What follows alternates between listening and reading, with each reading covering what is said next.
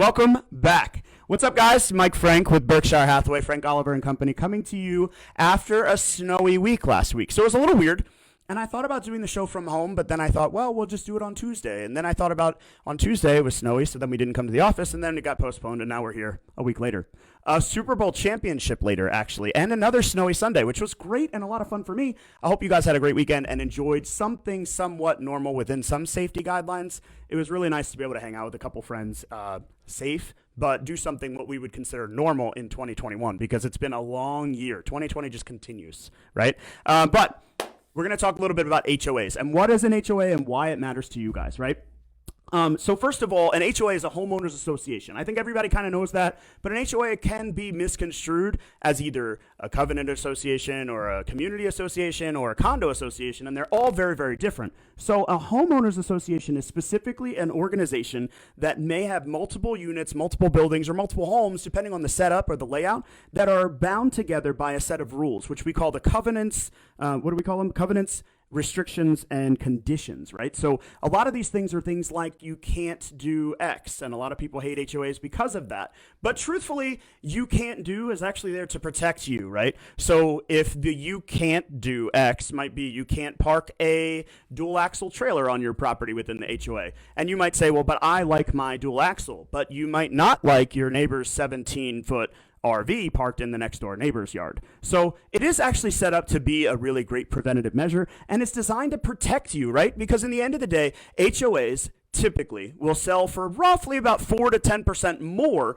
than their comparable neighbor that's not in an HOA. Now that also has something to do with timeline and build of construction and era and things like that, but ultimately the HOA is there to protect you.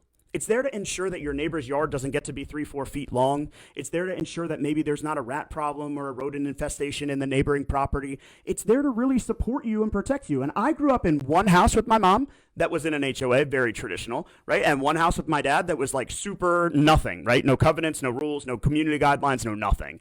And it was quite interesting to see the difference because everybody keeps their home independently. And so in my mom's community, you could not paint your front door purple if you did not want to. Or if you wanted to, I guess would be the word, right? Because you couldn't do it because the HOA would prevent you. Or you couldn't put a deck on your house that was in excess of XYZ height, right? You could not put a roof deck on your house in your mom's community. But the reality is that that's actually a beneficial thing because we don't want that, right? And it's going to hurt the property value. Whereas in my dad's community, where they did not have an HOA, you could pretty much do anything you wanted. But what that allowed people to do was store motorcycles and RVs and all the other great things that people love to own, but it was right in their property. So if you didn't like to look at that, you might consider buying an HOA. And then comes the question of why would you buy an HOA as compared to not? Well, the first and foremost is going to be because, shoot, you don't have an option. If you like this house and it's got an HOA, you're not getting away from it. If you like that house and it doesn't have an HOA, you're not installing one, I promise you. Right? A community association comes with a little bit of a different governance, and we're going to talk about that at a later date, but basically think HOA on a lower level might protect that house over here that doesn't have all the covenants and restrictions to support your goals and your objectives. So ultimately, as you're considering buying a home, it is something that you want to keep in mind because an HOA can certainly affect your purchasing power. And if you guys haven't talked to a mortgage lender about what your purchasing power is in this market, you might want to have a conversation because right now with rates where they are, your purchasing power is going to be vastly different than it was, let's just say, a year ago. And what we're projecting is in a year from now, your purchasing power is going to be graciously different then as well. So you want to sit down and talk with the mortgage lender to figure out what does your monthly payment look like and where does an HOA fit into that. So if there's a $40 HOA, that might not seem like a big deal. But if there's a $180 HOA, that might be something that you guys want to keep in mind before you go running at paying $2,000 or $5,000 over list price in order to secure the deal, because you additionally have this $180 monthly fee. Now, when you're working with your mortgage lender and your realtor, they should be giving you an estimate that's going to include all of those fees and all of those calculations to make sure your monthly budget is where it needs to be. But that's definitely the downside. The downside is going to be those monthly fees that people are always afraid of paying. And what are you getting for those monthly fees? Sometimes you're getting a whole lot of nothing. Sometimes you're getting community maintenance. Other times you're getting really gracious and wonderful things like pools and kids parks and dog parks and all kinds of other beneficial things. I mean, there's a community in Anne Arundel County right around the corner that has walking paths that not only go through the community, but they go through the conservation area next to the community. It's a part of the governance that they own the walkways through the conservation areas, and that's a tremendous value.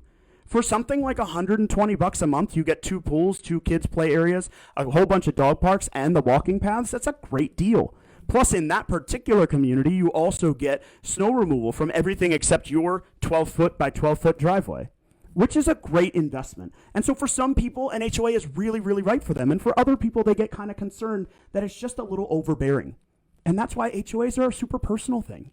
Ultimately, there's not a whole lot you can do about it. If you find the property that you really like, you can afford the monthly budget, and it makes sense for you, it's the type of thing that you just don't have a whole lot of ownership over. You could go and get on the board. You could submit some new legislation. You could petition the community and change the rules, but that's going to take some time. One of the things that every homeowner is in Maryland allowed to have is a copy of the governance and the rules. It's the HOA documents, and you're required to get that 7 days prior to settlement. Why 7 days? Because you have 7 days to terminate the contract if you find something in there that you don't like. Heaven forbid you own that big RV and you find out that you can't park it there. Well, heck, you wouldn't want to buy the biggest investment of your life because of an HOA. So you do have time to get over those community concerns that you might have raised at the time that you get the documents. Now, something as a seller that you might consider, and you might not consider until the last second, you might consider getting those documents to the buyer sooner, right? Eliminating that contingency that the buyer could just pull out and walk away from the transaction. You don't want to have that be a concern between you and the settlement of your transaction. And HOA is just such a small, minor detail in the biggest investment in your life. It's the type of thing that you should know about and you should be prepared to take on. But ultimately, with a little bit of coaching, a little bit of training, and a little bit of heads up from your mortgage lender and your real estate agent, you guys should be in great shape. We look forward to talking to you guys next week. And if you have any questions, of course, shoot us a text message, a direct message, a private message, depending on what source you're on. And if you're not already, subscribe below, and we'll talk to you real soon. Thanks so much. Thanks for watching. Make sure you like and subscribe for weekly content. Also, check out our social media pages. The links are in the description below. See you next week.